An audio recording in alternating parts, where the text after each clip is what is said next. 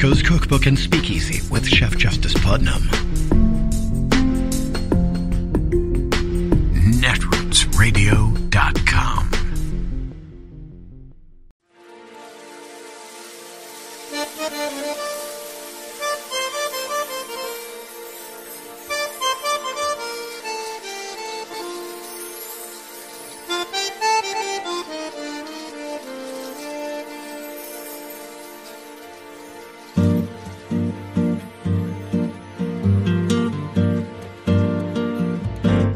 Je voudrais du soleil vert, des dentelles et des théières, des photos de bord de mer, dans mon jardin d'hiver. Je voudrais de la lumière, comme en Nouvelle-Angleterre. Je veux changer d'atmosphère, dans mon jardin d'hiver. À fleurs sous la pluie de novembre, tes mains qui courent, je n'en peux plus de t'attendre. Les années passent, qu'il est loin, là je tombe. Nul ne peut nous entendre. Je voudrais du Fred Astaire, revoir un latte. The other major story today, aside from the death of Lyndon Johnson, the tragic death, and the hopes for peace in Vietnam, is the decision of the United States Supreme Court. It handed down a historic decision about abortion. The court said in a 7-2 decision that in the first 3 months of pregnancy, only the woman and her physician may decide whether she may have an abortion. In the second 3 months, all the state may do is regulate abortion procedures. And only in the final 3 months of pregnancy can the state forbid abortion. The court ruled in cases from Texas and Georgia, but all 50 states are effective, whatever their laws. NBC Nightly News reporting 51 years ago today on the Supreme Court issuing its Roe versus Wade ruling. And today, a year and a half after that landmark decision was overturned, President Biden will meet with key members of his cabinet to discuss abortion rights and reproductive freedom. NBC News has learned the Departments of Treasury, Labor, Health and Human Services will issue new guidance today to clarify standards and support expanded coverage of FDA-approved contraceptives at no cost under the Affordable Care Act for millions of women nationwide. And joining us now, attorneys Catherine Colbert and Julie F. Kay. They are co-authors of the new book entitled Controlling Women, What We Must Do Now to Save Reproductive Freedom. Also with us for this discussion is co-founder and CEO of All In Together, Lauren Leader, who has written about this on Know Your Value. So let's start with the book because, Catherine Colbert, I'll start with you. What can be done at this point moving forward that in certain states aren't already trying, and what can be done from the highest level in the land, the White House? Well, Mika, thank you so much for having me. And I think the most important thing to remember here is that there is no one strategy that will work. There has to be a multiple prong attempt to reverse what's going on, both at the state level and eventually at the federal level, because there are now almost a third of the states of this country that ban abortion, that make it very, very difficult for women to obtain it in those states. And women's health is drastically undermined as a result. To reverse that, we need to look at state statutes, state constitutions, federal statutes, a new federal constitution. That all sounds very daunting, but we need to work at this one step at a time. And I think the important part here is every person who cares about abortion rights needs to take a stand and do something with your energy to make this politically unfeasible going forward. 100%. And Julie F. Kay, the same question for you. Well, I think right now we're in a public health crisis as well as a human rights crisis. And so we need to get engaged politically, but we also really need to think about those women who are on the ground who are not getting access to services in vast pieces of this country. A lot of advances have been made in medicine, and particularly telemedicine abortion, where you do a virtual visit with your doctor and get safe, easy medication, abortion pills through the mail is really the wave of the future. So women are voting at the voting booths, and they're also voting with their mice and with their choices online of how they're going to access care in a safe and affordable and a way that's their choice. And Lauren Leader, on this anniversary of Roe v. Wade, you're writing for Know Your Value about what women have both lost and gained in these past 51 years. Tell us about it. Well, look, I mean, I certainly don't want to imply that there's any silver lining to the end of Roe, because there's not. It was a catastrophic decision for tens of millions of Americans.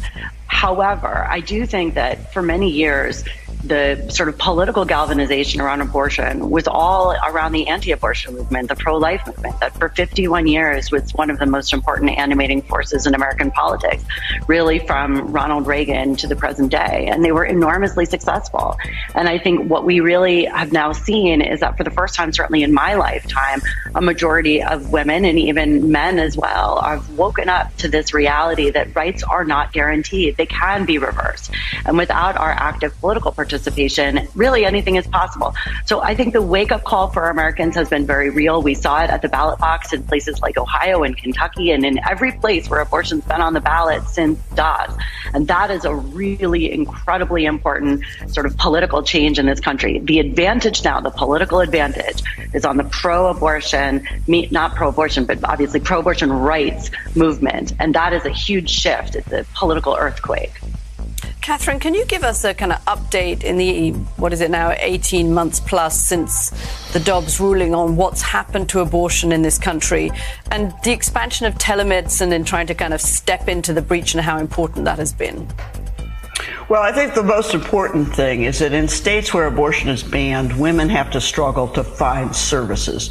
And that affects both women who are trying to terminate an unintended pregnancy and women who are pregnant and facing a variety of health difficulties within their pregnancy. We saw in the news repeatedly stories of pregnant women who are late in pregnancy, find fetal anomalies, and are suffering severe consequences because doctors won't perform procedures in banned states. Right. So it has really caused significant, as Julie just mentioned, a public health crisis for pregnant women.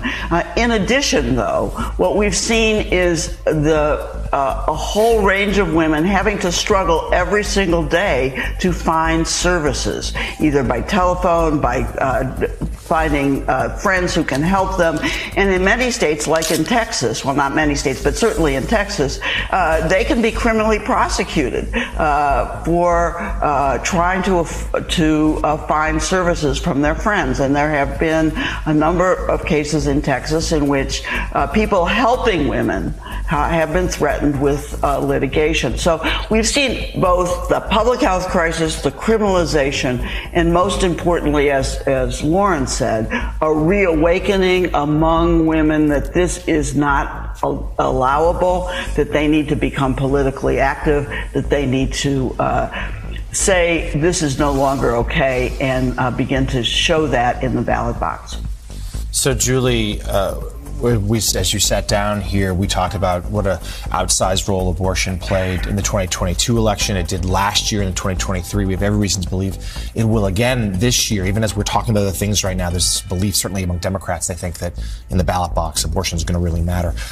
You mentioned here that we certainly live in a society right now, very short attention spans. But you think this issue is going to stay. It's going to be something at the forefront of people's minds for years to come, unless something were to change. Tell us why you think that. Well, abortion is part of the regular healthcare and experience for so many, many women. And we also have a maternity mortality rate in the United States that is way higher than it should be and is appalling. And I think that when you look at something that has become a political football but is really a healthcare issue for so many people and so many women and the people who love them, it doesn't go away. It's not something that is kind of going to be a flash in the pan. And the more that we're aware and talking about abortion rights, And the more, as we've seen post-Dobbs, all of a sudden people are really recognizing what a risk this court has posed to women's health and lives. It doesn't go away. It doesn't go away at the ballot box. We've seen successful elections at the state and federal level where abortion was either specifically on the ballot or whether it was a candidate who was talking about supporting those rights. And that's going to continue. We've seen people continue to come out and march in the United States and globally to support these rights. And we've seen women and helping people to access abortion through telemedicine, through mailing of abortion pills into states that have taken away these rights, and through helping women travel when they need to or want to. The outrage of some of the extreme cases in Texas and other places where there have been real risks to women's health and life and fertility has been huge. So that's with us. Lauren Leader, All In Together trains women across America on the tools of political power. I just wanted to get your thoughts on this. I feel like women advocates, politicians need to reframe what this is about, especially after what we've been witnessing as a country over the past 2 years. Of course, this is about reproductive freedom, but I think it's about a lot more. It's about our health. It's about not dying when you have a non-viable pregnancy. It's about not being tortured mentally and physically when you have a need for a DNC or a non-viable pregnancy. And we've seen this play out, so it's not like pie in the sky, maybe this would happen. This is now happening to women. They're bleeding out. They're becoming sterilized. They're becoming traumatized. They're physically tortured because of the lack of health care, abortion health care that they need.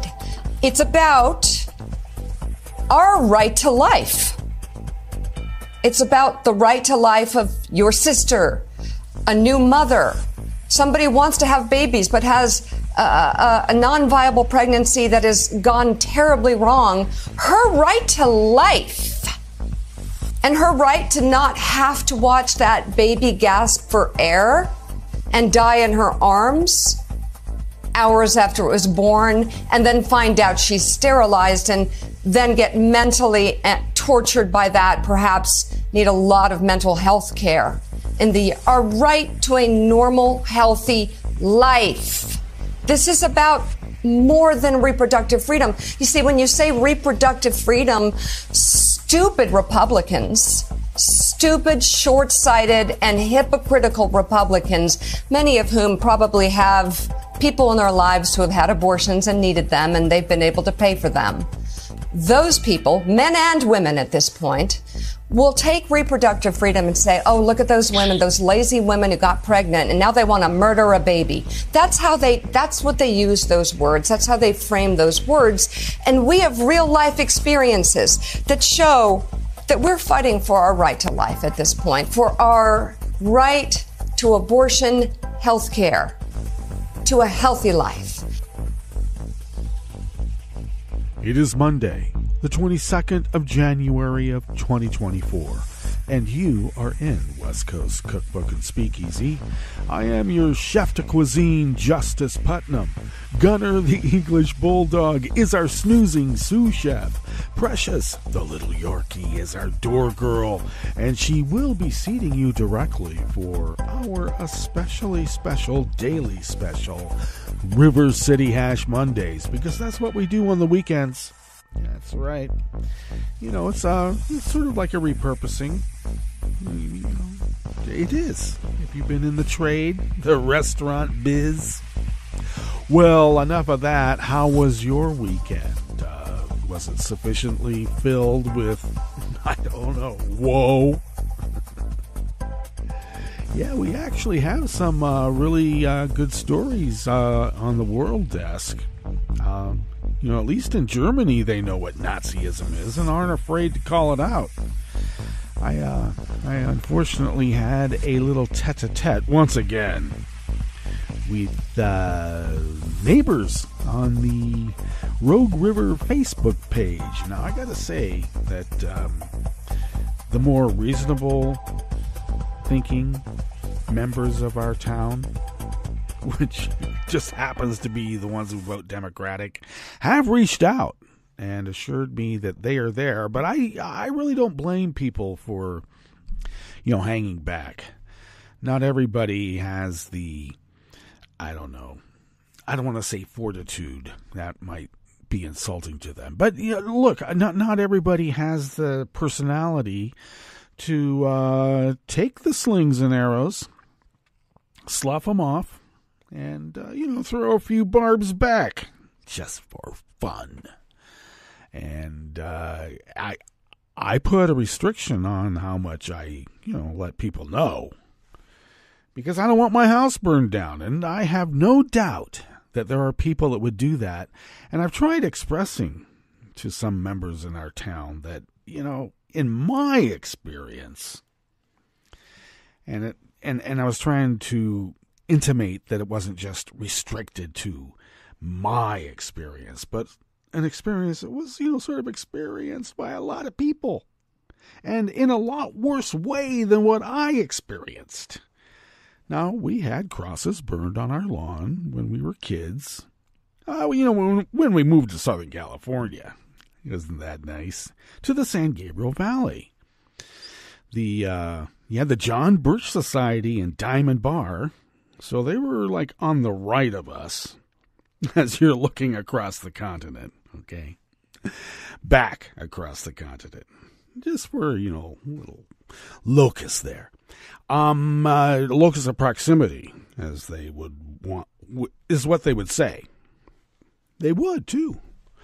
And so you're looking back across the continent. Diamond Bar would have been to the right of us. There's the John Birch Society. And then to the left of us was Hacienda Heights. And that was where the Nazis and the KKK shared an office upstairs in this, 2-story strip mall thing.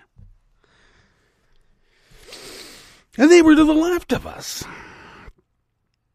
So, I grew up thinking, wow, Birchers, Nazis and the KKK. Well, they didn't call themselves the KKK. They called themselves the White Citizens Council. Okay. California Citizens Council, to be exact, which was the KKK. Like we couldn't figure it out. Anyway, so we had crosses burned on our lawn. And why? Because we had the audacity, since my dad is or was a college professor. He's now a professor emeritus. 90. He's going to be 95. We're going for his birthday. Yeah, we're going to take a couple of days off, actually, when that happens. Around the 9th of February. We'll fill you in on it more. But, so we would have soirees, or Dad would have, classes at home, and he always invited out-of-town professors to come, and that's where the soirees were, and, welcome them and whatnot. And some of the neighbors didn't like that because they were, we never said people of color back in the day, but they were people of color. Turban-headed wearing guys, all over the world. They came to our house. And some of the neighbors just could not take that. And so it got exacerbated when my parents started the first American Civil Liberties Union chapter in the San Gabriel Valley. And the San Gabriel Valley Daily Tribune, as it was known then. I don't know if this was a form of doxing or what, but they conveniently printed our address. They had a picture of my parents and then the department head at Cal State Fullerton and doing a ribbon cutting, or I don't know, some kind of picture about starting the ACLU there. And they printed our address. Thanks. And it wasn't just that. We kids would be walking home from school, and we get bottles thrown at us, and the N-word, they go, N-word lover. You know what I mean. I was like, as a little kid, I go, except for the N-word there, what really is the problem? Yeah, we love everybody. Aren't we supposed to? Isn't that what Jesus said? Well, apparently, that was when they were trying to repurpose Jesus into some sort of Rambo. We got to keep our race pure, and we got Jesus on our side. He was a Jew. I don't get it. They hate Jews. Always have, and they always will, no matter what they say. Whenever they say that they are completely behind Israel, what they really mean is that in their weird cosmology, they think that Israel is like the end of the world, and then when that happens, we're all going to go to heaven. No, you're not. You're not going to heaven, even by your own construct. You're not going to heaven, you sinner. You're not forgiven for, well, actually, people need to understand, you will be forgiven of your sins, but you're still going to hell. Just saying. It's a very exclusive club up there in heaven, or wherever it is, up there, over here, around us. So, I don't know. Good works, good thoughts. Let's get to work. And, you know, you're not going to convince me that the Prince of Peace was a Rambo. Turn the other cheek. They want to say that, yeah, the idea of turning the other cheek is that when you hit somebody, you turn their cheek and hit them again. And then when they're down, pounce on them and you just keep pounding. What the hell are we teaching our kids? This is another pet peeve I have. It's okay to cheat to win a game if you can get away with it. Coaching people to cheat. I hate that. You play the game by the rules, and if you can't do that, well then maybe after a couple of penalties you don't get to play, and the coach might get, I don't know, maybe they need to be penalized for teaching how to coach, or coaching how to cheat. Grabbing, like in football, grabbing somebody around the waist, or, you know, in the scrum, you know, poking a guy's eye out because no one can see you. Now he can't either. I don't know. I just hate it. And then we're taught to sort of gloat about it. Look at Trump. He says, "Oh yeah, you know, if you pay taxes, you're a loser. People who like cheat on their taxes are winners because we're sticking it to the man." Boy, I don't know about you, but when I was like younger, the establishment were kind of like, you know, corrupt criminals, racists and bigots and xenophobes, misogynists, etc., etc., etc. And they were bad. Now we're hearing about the establishment as some sort of pejorative. But who are they assigning the establishment to? People who believe in equality, inclusiveness, embracing all, liberal, with a capital L. We are the bad guys now because we want everybody to have a shot at it. I'm telling you, this is not heaven. It's not that exclusive of a club. Everybody is welcome. But I'll be damned if we welcome a bunch of Nazis to come in here and tear the place up and then tell us, no, more people want us than want you. Well, yeah, because look at all the people you have tied up over there and gagged because they can't say anything and do anything. The metaphors are flying. All right, enough of that. So I did get into this little tete-a-tete about immigration. There's a transplant from Australia here, a guy who has, you know, gotten a green card and married a American lady and stuff, and she was just, or they were reaching out to, you know, say hi. And of course, in Australia, they confiscated everybody's guns because they had a mass murder. And when I say confiscated guns, what I mean is that they put out a call and said, everybody bring in your guns, and everybody would be recompensed for, you know, whatever the value of it was. And people did because they were appalled. They didn't want to have to live in a society where anybody in their drunk, crazy wife-beating brother-in-law can, you know, get a gun and shoot people in mass quantities.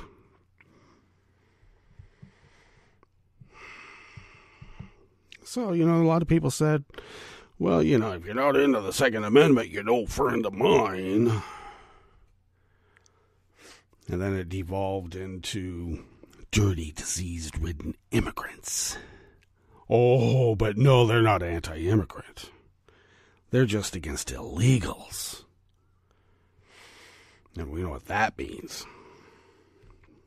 So you can tell where that went. Yeah. Okay.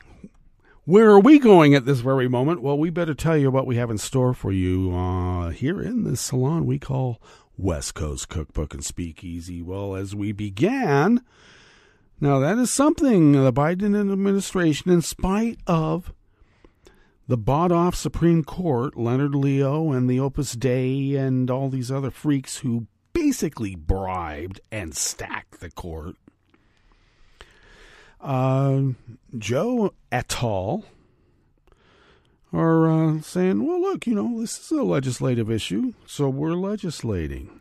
And as the executive, these are the initiatives that we're proposing. Now get to work, and we will.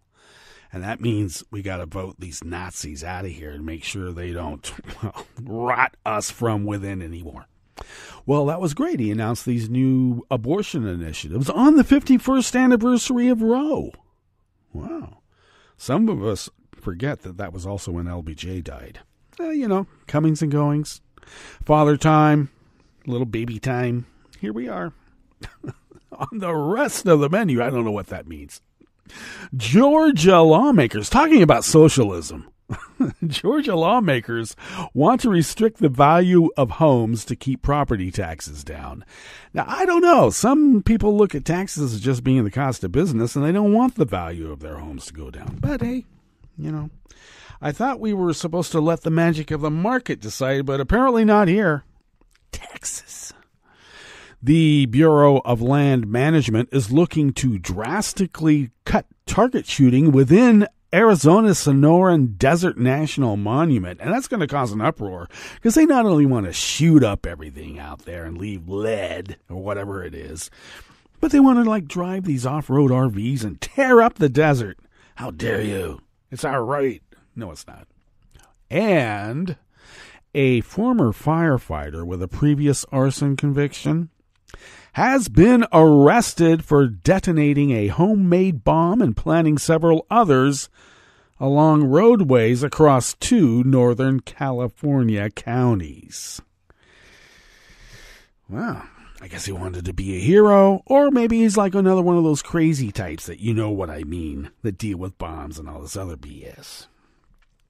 After the break, we move to the chef's table where tens of thousands of French protesters asked Macron to not sign off on an immigration law with a far-right footprint. And over 1 million Germans, 1 million, over 1 million. I'll repeat that one more time. Over 1 million Germans across the country protested against the resurgence of Nazi extremism. All that and more on West Coast Cookbook and Speakeasy. Bon appetit.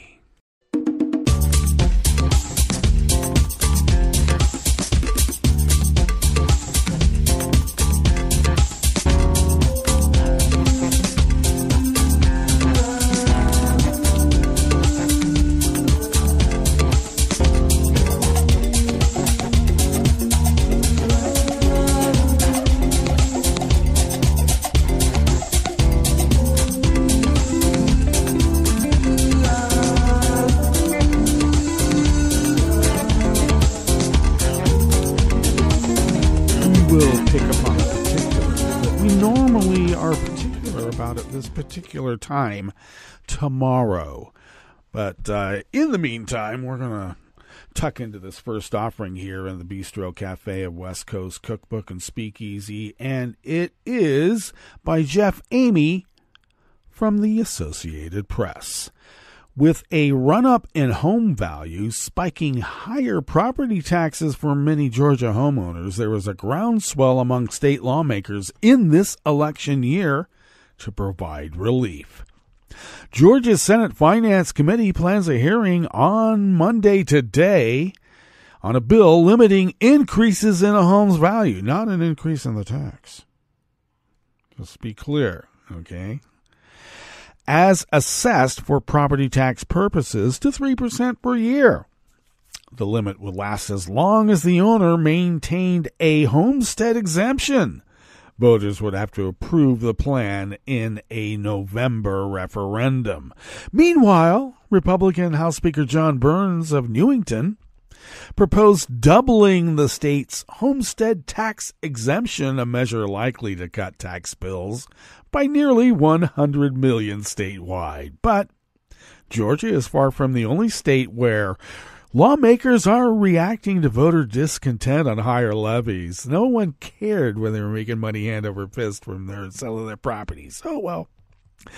In Texas, voters in November approved a plan cutting property taxes by $18 billion. Kansas's Democratic governor and its Republican majority legislature are both endorsing larger exemptions for homeowners to cut taxes by $100 million annually. Colorado lawmakers met in November for a special session, and they approved higher residential deductions and a lower assessment rate. Pennsylvania is using lottery proceeds to cut property taxes and subsidize rent for seniors and people with disabilities. In Georgia, supporters say a cap on the home's taxable value would keep school districts, cities, and counties from increasing tax revenues by relying on rising values. Yeah, let's not fund that. Republicans have long pushed local governments to roll back tax rates to keep bills level, even requiring advertisements labeling a failure to do so as a tax increase.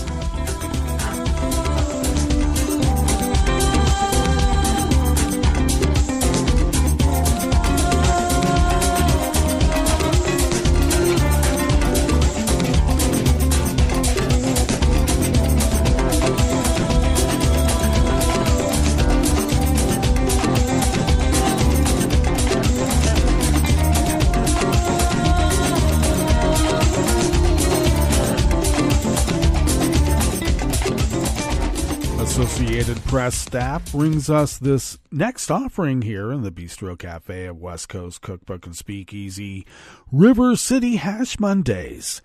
The Federal Bureau of Land Management is looking to drastically reduce an area open to recreational target shooting within Arizona's Sonoran Desert National Monument.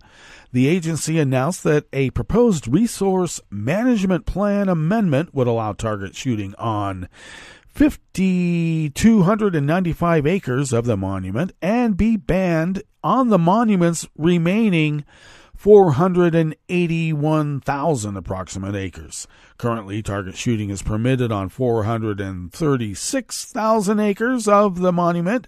That includes parts of Maricopa and Pinal counties. A BLM spokesman said target shooting still is allowed on other Bureau-managed lands and around the Phoenix metropolitan area. The Sonoran Desert National Monument was established in 2001. OGW. Critics have argued that target shooting threatens cultural and natural resources the monument was designed to protect and has damaged objects such as saguaro cactus and Native American petroglyphs. A notice announcing the beginning of a 60-day public comment period on the proposed target shooting closure was scheduled to be published in the Federal Register today. The Bureau of Land Management, an agency within the U.S. Department of the Interior, manages more than 245 million acres of public land located primarily in 12 western states.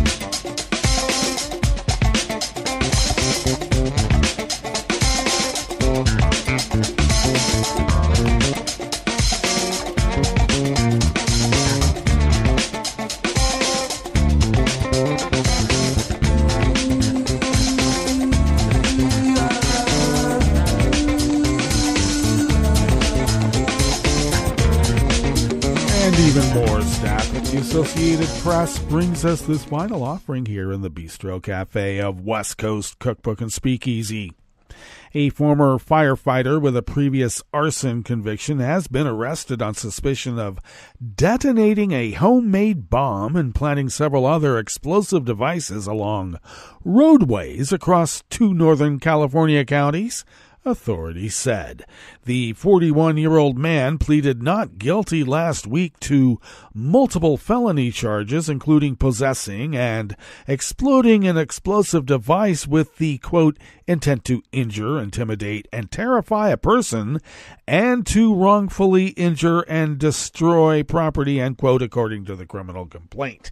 The Sacramento Bee reported the man was arrested on January 12th following an investigation by the FBI, the California Highway Patrol, and the local sheriff's departments, after a series of improvised explosive devices were found alongside roadways and highways in El Dorado and Sacramento counties. Officials did not specify which roads were involved.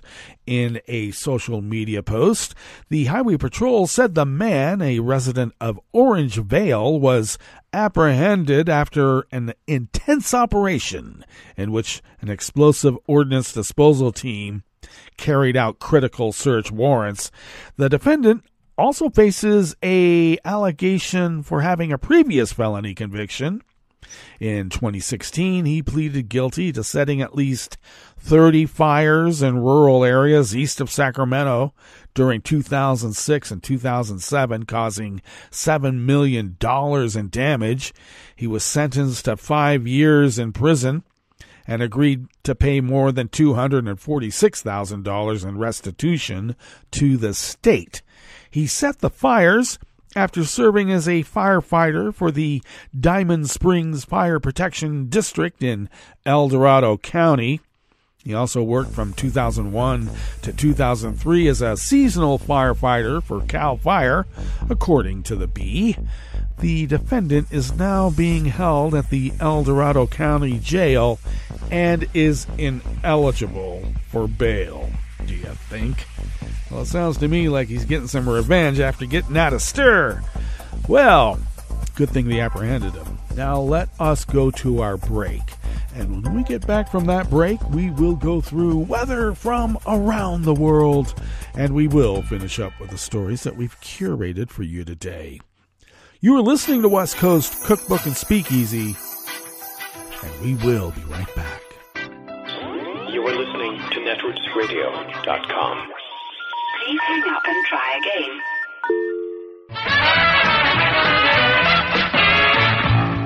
From a point at sea to the circles of your mind, a new force is at work for planetary transformation. New radio for a new Earth.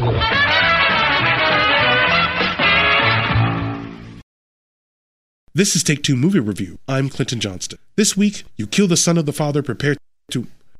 Once, I heard someone say it was a misstep for jazz to move away from jazzing up popular show tunes, because while making original compositions may have been a step forward in artistry, it disconnected the genre from the world of popular music. Because, you can make a powerful artistic statement when you take something familiar and represent it with increased style, nuance, and refinement. Hamlet, after all, is just a revenge tale. You kill my father, prepare to die. What's special is Shakespeare using it to look at the vexing indistinguishability between how things seem to be and how they are, the links between madness, melancholy, and grief, the nuances behind sin and judgment, and the perilous task that making a decision is. I forget who pointed out that all it took for Spielberg and Lucas in Jaws and Star Wars to change American cinema was to take B-movie material, the monster movie and a blend of westerns and Flash Gordon, and give them A-movie treatment. All this comes to my mind when I think of James Samuel's The Book of Clarence, the second feature film that he has produced, written, directed, and performed the music for. Dude, who are you? Samuel takes the story of the last weeks of Jesus' life and reforms all these ancient Hebrews as black people in this sort of fictionalized hybrid of both cultures. Like how he lets Shalom saddle up right next to Peace Brother, or like how he shows this closed, vibrant, swaggering community of saints, sinners, slaves, and scoundrels under the occupying, oppressive, policing thumb of the Romans, played by white Brits, because who else plays Romans in these movies? In this world, we meet Clarence, no account twin brother of the Apostle Thomas. Clarence is drawn to Jesus to stay one step ahead of his life-threatening gambling debts, and his path starts to follow the Messiah's. Yeah, what? In Samuel's 2021 Western, The Harder They Fall, I couldn't quite grasp what I'd seen. In The Book of Clarence, same thing, except I immediately wanted to see it again. This has been Take Two Movie Review. I'm Clinton Johnston. Catch up with us at take2moviereview.com and feed us back on our channel on YouTube.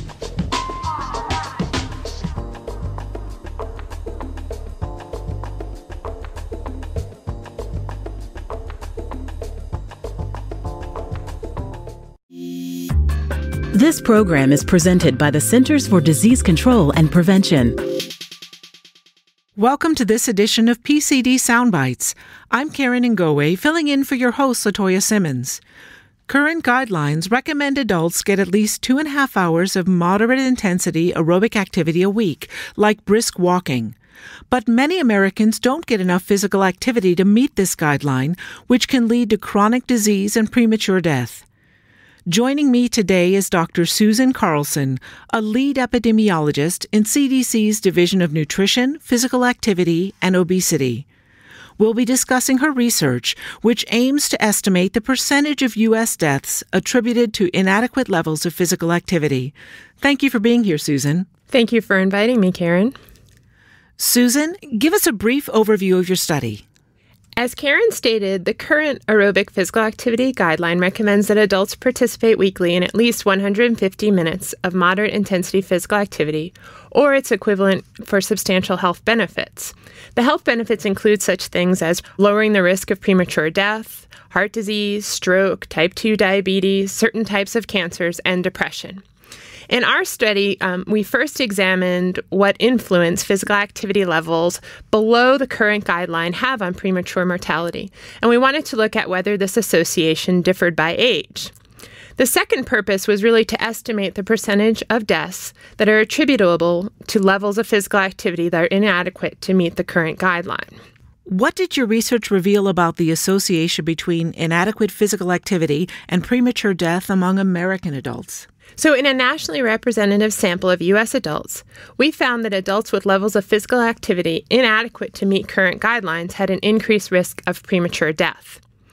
Overall, we found that 8.3% of deaths were attributed to inadequate levels of physical activity.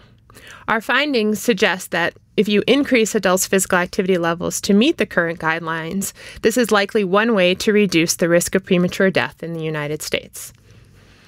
What did you find when you looked at this association in different age groups? We did not find a significant association between physical activity level and mortality in adults aged 25 to 39.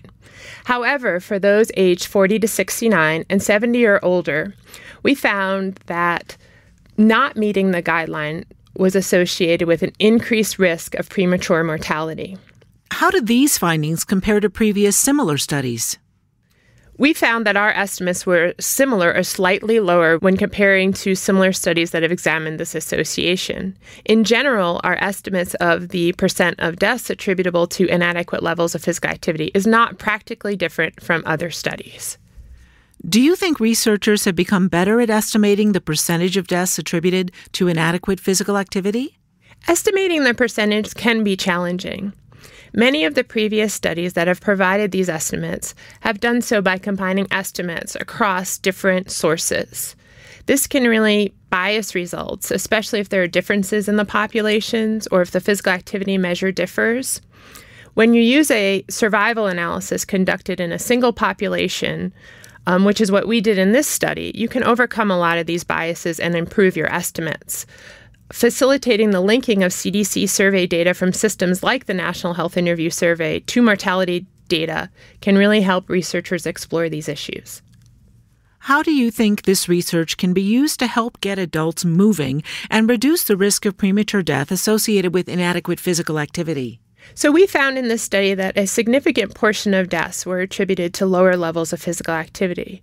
By estimating the public health burden of low levels of physical activity, this can be important for setting research and program priorities and for public health planning at the national, state, and local level.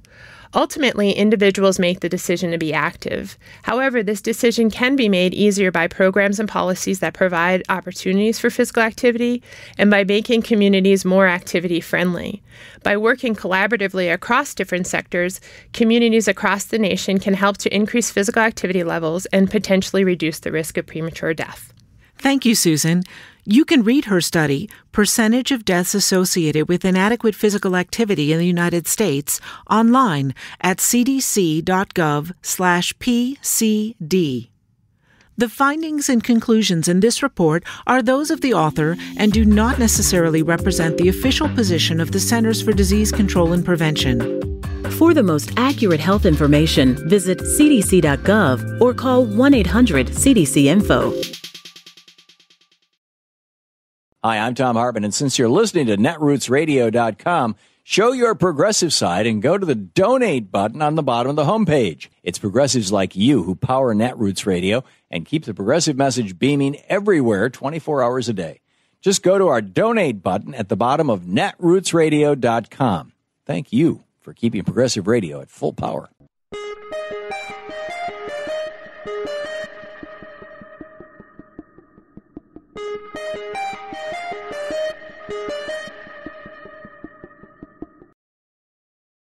You're listening to the American Democracy Minute, keeping your government by and for the people.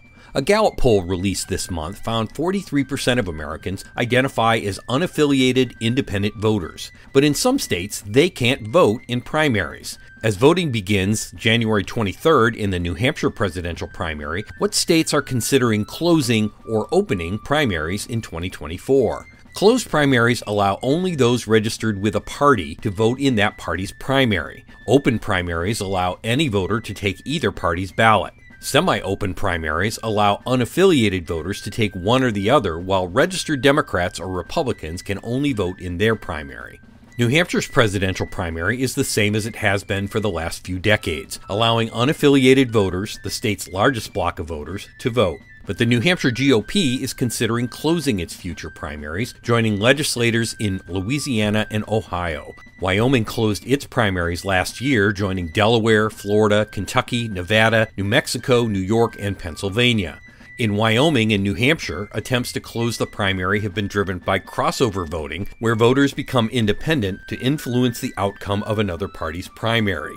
With the ranks of unaffiliated voters growing, ballot initiatives for fully open primaries are under consideration in Nevada, Oregon, Arizona, and Idaho. We have links to the rules in your state at AmericanDemocracyMinute.org. I'm Brian Beal. I'm Rick Smith, and this is Labor History in 2. On this day in labor history, the year was 1849. That was the birthday of U.S. labor leader Terence Powderly. Powderly was born the second youngest of 12 children to Irish immigrants in Carbondale, Pennsylvania. At the age of 14, he went to work for the Delaware and Hudson Railroad. In 1871, he joined the International Union of Machinists and Blacksmiths. Also involved in local politics, he was elected mayor of Scranton, Pennsylvania 7 years later. Powderly is most well known for his leadership of the Knights of Labor. The Knights of Labor were a new kind of U.S. labor union in the late 1880s. They invited workers to join regardless of their trade or skill. They helped to lead the fight for the 8-hour day. In his autobiography, Powderly described why he was so committed to the labor movement, writing, 5 men in the country controlled the chief interests of 500,000 working men, and can at any moment take the means of livelihood from 2.5 million souls. The goal of the Knights of Labor was to give voice to those 500,000 souls. By 1879, Powderly rose to become the Grand Master Workman, the highest leader of the Knights. Powderly was weary of strikes as a tactic for labor. Yet, despite these personal qualms, the Knights led several successful strikes under his leadership, including one against railroad tycoon Jay Gould. The Knights grew to represent 700,000 workers across the nation. But then, the Haymarket tragedy occurred when a bomb was thrown by an unknown assailant at a workers' rally in Chicago in 1886. In the aftermath of Haymarket, there was a national backlash against labor unions. The Knights bore the brunt as membership dropped by nearly 90%. Like what you hear? Check out more at laborhistoryin2.com.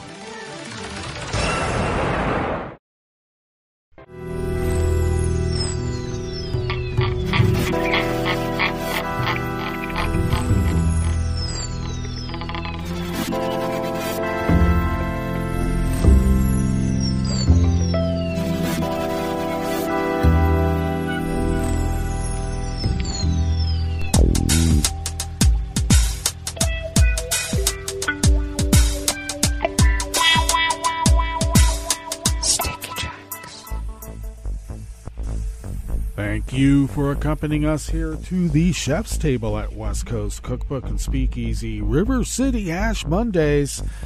We always begin weather from around the world along the banks of the Rogue River, in the Rogue River Valley of southern Oregon on the west coast of the continental United States of America, where it is currently 47 degrees Fahrenheit under foggy conditions and rain showers that will become steady rain later this morning and throughout the afternoon, and we should be getting about a quarter inch of rain just for today.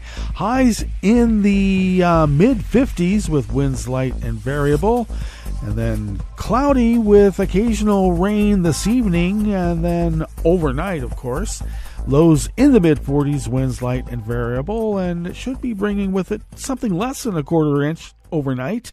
And then partly cloudy skies tomorrow with highs in the mid to upper 50s, winds light and variable, and then rain returning later on in the late afternoon, early evening.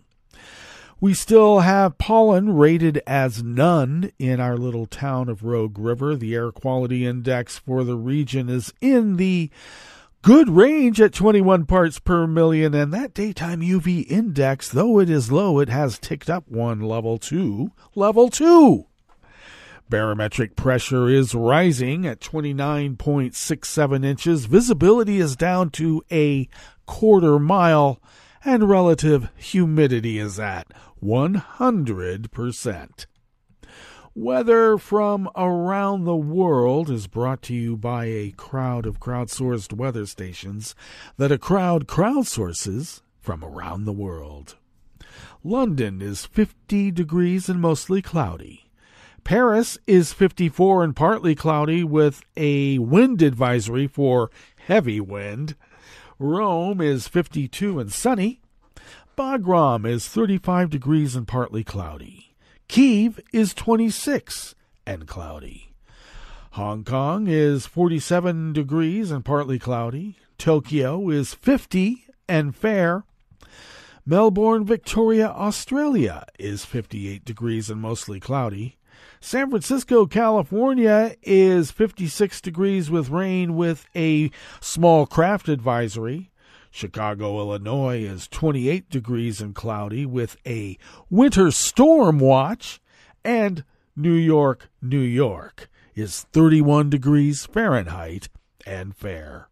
And that is weather from around the world, brought to you by a crowd of crowdsourced weather stations that a crowd crowdsources from around the world.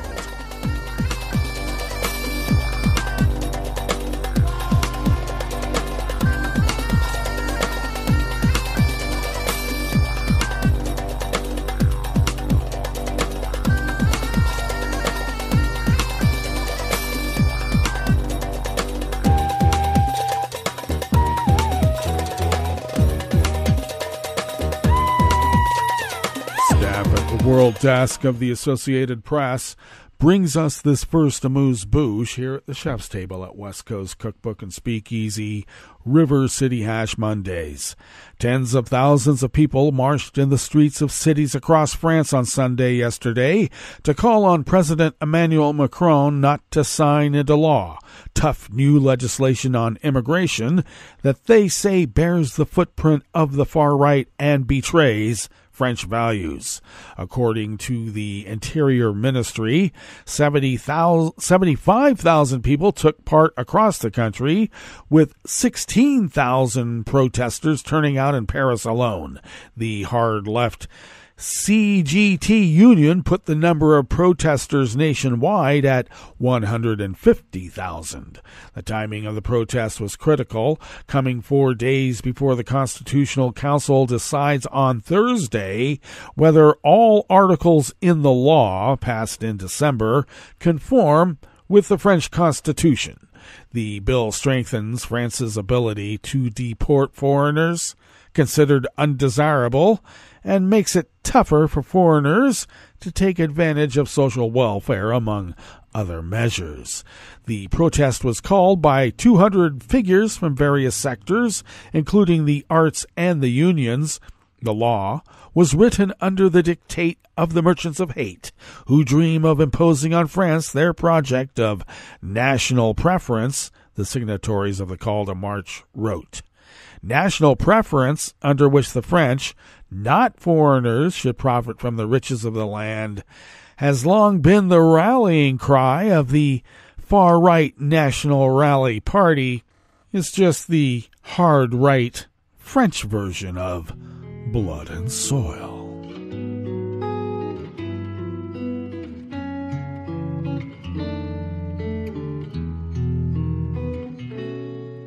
Je te donne ce mon amour pour la vie entière, la promesse de me trouver à tes genoux. Aussitôt que tu m'appelles, rester toujours fidèle, c'est tout, c'est tout. Je te donne tous mes printemps, mes étés de mer, mes automnes quand les feuilles tombent partout. Si ce n'est pas une bonne affaire, je te donne tous mes hivers. Kate Brady of the Washington Post brings us this final amuse-bouche here at the chef's table at West Coast Cookbook and Speakeasy. Demonstrations against the far-right Alternative for Germany party swept across the country this weekend, strengthening calls to ban the party following a report that its members had discussed plans for mass deportations. After months of surging popularity of the AfD, the report appears to have served as a wake-up call for Germans opposing the group and an estimated 1.5 billion people hitting the streets over the weekend. In Hamburg and Munich, rallies had to be dispersed due to significantly more people attending than expected. Aerial images from around the country showed masses of people braving Germany's bitter January temperatures to fill city squares and avenues. According to police, in Berlin on Sunday, some 100,000 people gathered on the lawns of the Reichstag, which houses Germany's lower house of parliament. The protests were prompted by an investigative report earlier in January this month, revealing that AfD members met with far-right extremists in Potsdam in November to discuss a remigration plan should the AfD come to power.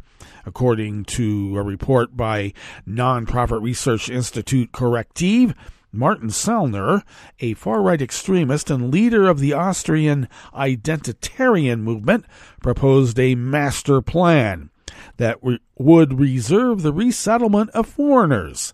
The focus would be asylum seekers, non-Germans with residency rights, and non-assimilated German citizens. What does that mean?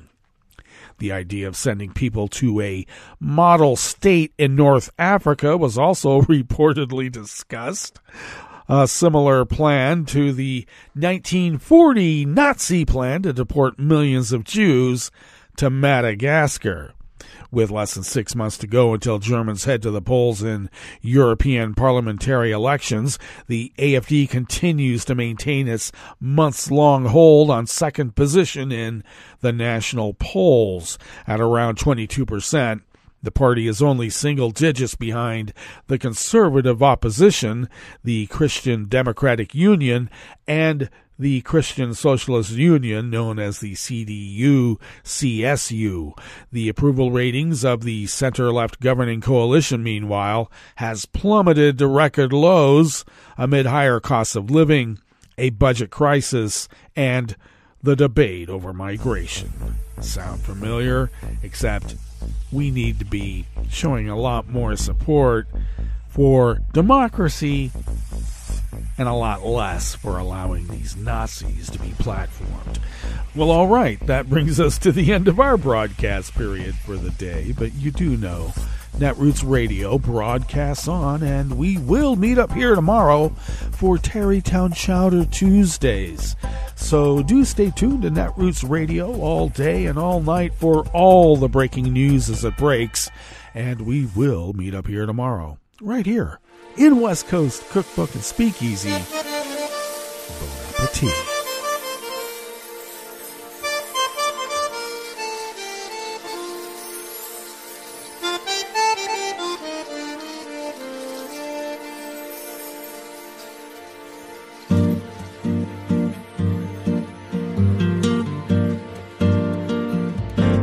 Je voudrais du soleil vert, des dentelles et des théières, des photos de bord de mer, dans mon jardin d'hiver. Je voudrais de la lumière, comme en Nouvelle-Angleterre. Je veux changer d'atmosphère, dans mon jardin d'hiver. Robe à fleurs sous la pluie de novembre, tes mains qui courent, je n'en peux plus de t'attendre. Les années passent, qu'il est loin, là je tombe. Nul ne peut nous entendre. Je voudrais du Fred Astaire, revoir un latte Goël. Je voudrais toujours te plaire dans mon jardin d'hiver.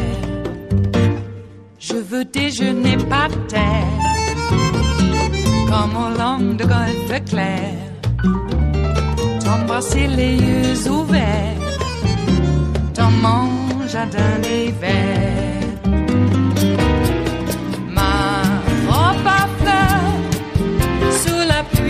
De novembre, tes mains qui courent, je n'en peux plus de t'attendre. Les années passent, il est loin, là je tombe. Nul ne peut nous entendre. Ba-da-da-dum-di-da-dum. Ba-da-da-dum-di-da-dum. Ba-da-da-dum-di-da-dum. Dans mon jardin d'hiver. Ba-da-da-dum-di-da-dum. Ba-da-da-dum-di-da-dum. Ba-da-da-dum-di-da-dum. Dans mon jardin d'hiver. Dans mon jardin d'hiver. Dans mon jardin d'hiver.